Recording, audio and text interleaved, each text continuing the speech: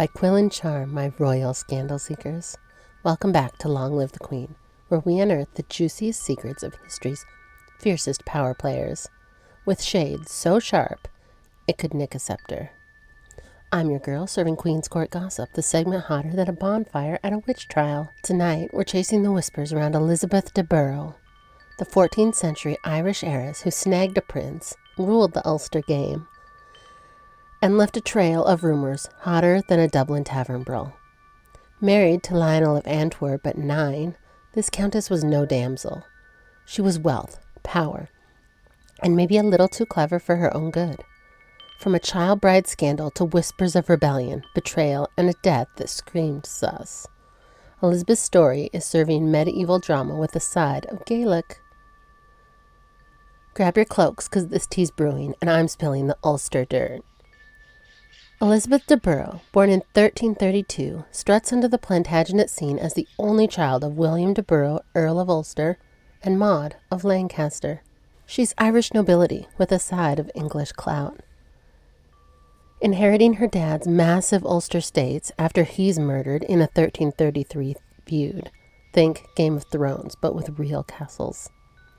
By age 1, Elizabeth's the richest toddler in Ireland, and the court's already plotting to lock down her fortune. Chroniclers call her fair and wise, but let's be real. Her land is the real glow-up, making her a medieval jackpot. Enter King Edward III, who's got dollar signs in his eyes. In 1342, he pairs Elizabeth, age 9, with his son Lionel of Antwerp, and a 4-year-old prince who's barely out of swaddling clothes. The wedding's a spectacle. Think mini royals drowning in velvet.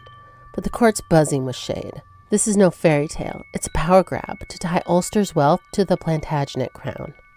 Whispers say Elizabeth's Irish kin tried to sabotage the match, smuggling her to Galway Tower to swap her with a decoy bride. A priest allegedly sniffed out the scam when the stand-in flubbed her Latin vows. True or just Gaelic gossip? Either way, Elizabeth's shipped to England, a child bride pawn in Edward's chess game. By her teens, Elizabeth's running Ulster from afar, a countess with more land than most knights could dream. She's got brains, too. Records show her signing charters and bossing stewards like a CEO.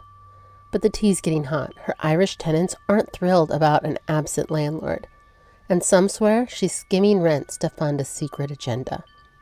In the 1350s, a rumor claims she sent gold to her de Burgh cousins to arm Gaelic rebels, hoping to keep Ulster independent from English rule. Another tale swears she bribed a Dublin bishop to curse Lionel's tax collectors, sparking riots. Loyal Plantagenet or double-dealing heiress? The court's divided, and I'm living for the chaos. Now let's talk romance, because Elizabeth's marriage to Lionel is a gossip goldmine. By the 1350s, they're finally living as husband and wife. One daughter, Philippa, in 1355. Lionel's the tall, blonde prince of every troubadour's ballad. Some records state he was 6 feet 10.5 inches tall. For my other people, that's 210 centimeters. I know, that's so tall, especially in a time and place where the average male height was about 5'7". But Elizabeth is the one calling the shots. A juicy rumor swears she slipped a love charm, a braided lock of her hair, into Lionel's saddlebag to keep him from straying at court. Another tale claims she refused to sleep in Lionel's London palace, insisting on her own Ulster-funded manor to flex her independence. And the spiciest? A 1357 chronicle hints that she had a fling with a dashing Irish knight, Sir Cormac O'Neill, who allegedly wrote her coded poems hidden in a prayer book. Supposedly, a nosy maid found a rose-etched locket in her chambers, sparking a brawl when Lionel's squire got wind. True love? Power play? Or just haters throwing shade? The witchcraft whispers are even wilder. A 1359 tavern tale swears Elizabeth's wealth came from a pact with a seer who taught her to brew potions from hawthorn and raven feathers to charm allies. Another rumor claims she used a moonlit mirror to spy on Lionel's war councils, feeding intel to her Irish family. The wildest? A monk alleged she cursed a rival noble's crop to secure a trade deal, whispering Gaelic spells over a fire. Historians dismiss this as poppycock, but the Ulster witch label gave Elizabeth a dangerous edge. Fragile flower or cunning queen? The betrayal gossip doesn't end there. When Lionel heads to Ireland in 1361 to govern, Elizabeth's right there, playing hostess at Dublin Castle. But the courtiers whisper she's working against him, slipping gold to Gaelic lords to undermine his rule. A 1362 rumor swears she hid a rebel chieftain in her entourage, smuggling him out in a wine barrel after Lionel's men got suspicious. Another tale claims she forged letters to make it look like Lionel was taxing Ulster to fund his own crown, stirring bad blood with Edward III. Some even hint she plotted to make her daughter Philippa Ulster's sole heir, cutting Lionel out entirely. Loyal wife or scheming countess? The tea is scalding. The spiciest scandal? Elizabeth's death in 1363 at just 31 screams medieval mystery. She's in Dublin when she suddenly dies with no clear cause. Official word is fever, or maybe childbirth complications, since Philippa is still young. But the timing is sus. Why is a healthy countess dropping dead mid-crisis?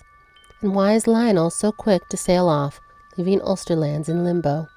The whispers go wild. A 1364 chronicle hints an Irish rival, jealous of her power, slipped hemlock into her ale at a feast. Another swears it was Lionel's own men, tired of her meddling, who laced her perfume with venom. The darkest tea? Some courtiers whisper that Lionel himself wanted her gone, suspecting her of leaking his war plans to rebels. A wilder tale claims her de Burgh family turned on her, poisoning her wine to seize Ulster's riches. No proof, but the poisoned countess label sticks. And here's the curveball.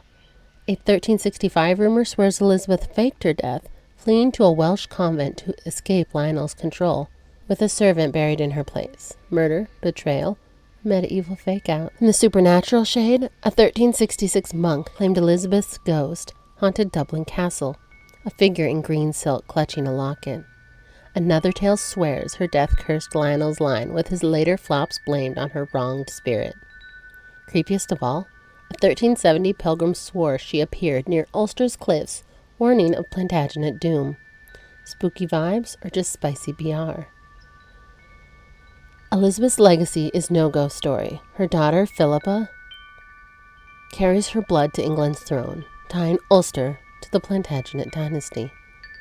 Her health shapes Lionel's ambitions, and her name lingers in Irish lore as a fierce countess who played the game hard. But the gossip never fades. A 1372 rumor swore she left a coded will hidden in a chapel, naming an Irish heir to Ulster.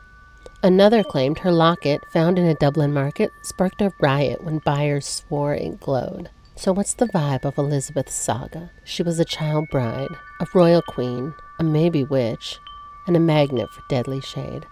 Her allies called her a visionary. Her enemies called her a snake. One thing's clear. Elizabeth de Burgh served wealth, wit, and a whole lot of drama. And her blasts would have had every court from Dublin to London buzzing. Was her marriage to Lionel a power flex or a gilded cage? Did she betray him for Ulster's freedom? Or was she just a scapegoat? That death, fever, poison, or a royal cover-up? And those stories? Real hauntings or medieval fake news? You can share your juiciest royal gossip with me at longlivethequeenpodcast@gmail.com. Slide into my DMs on Facebook or Instagram at Long Live the Queen Podcast, or join the Royal Court on Patreon for extended episodes and so much bonus content. Until next time, stay sharp, stay scandalous, and stay crowned.